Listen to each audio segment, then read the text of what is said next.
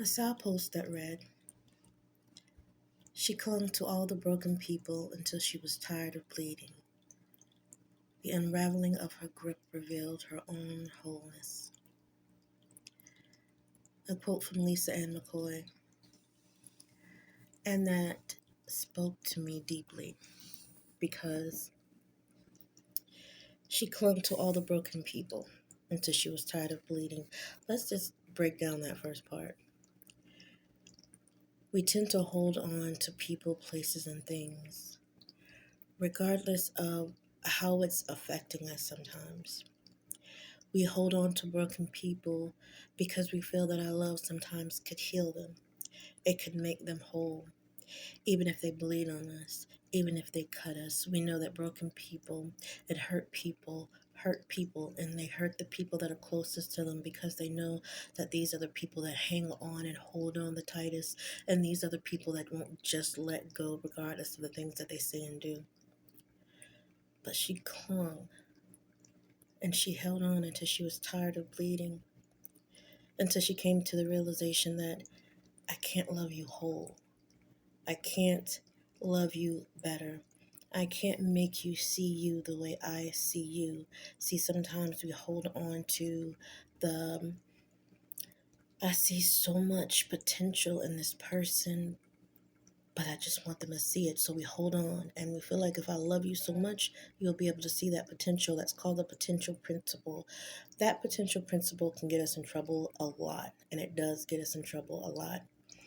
So you have to make sure that you cling on not only to what I can see in you, but what I see in you now, the reality of what is.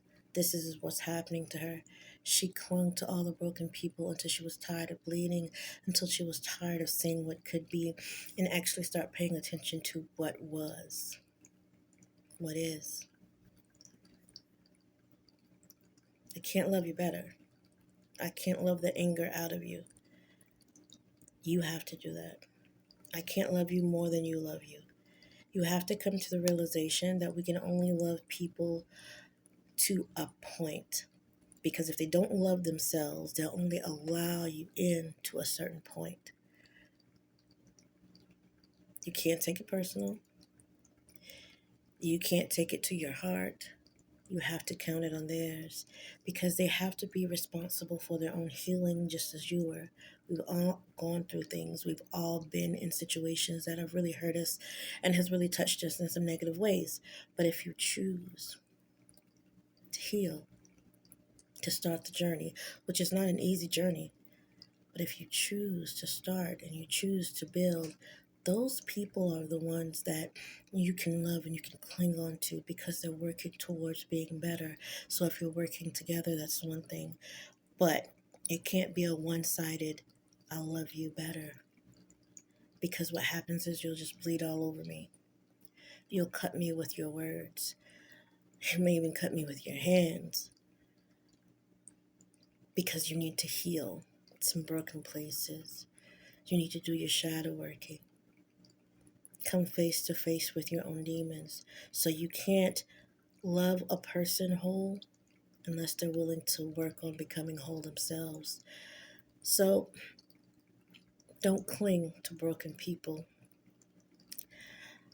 to the point where you start bleeding, to the point where you start losing yourself, to the point where you start doubting your own wholeness. They say hanging around crazy people will make you crazy.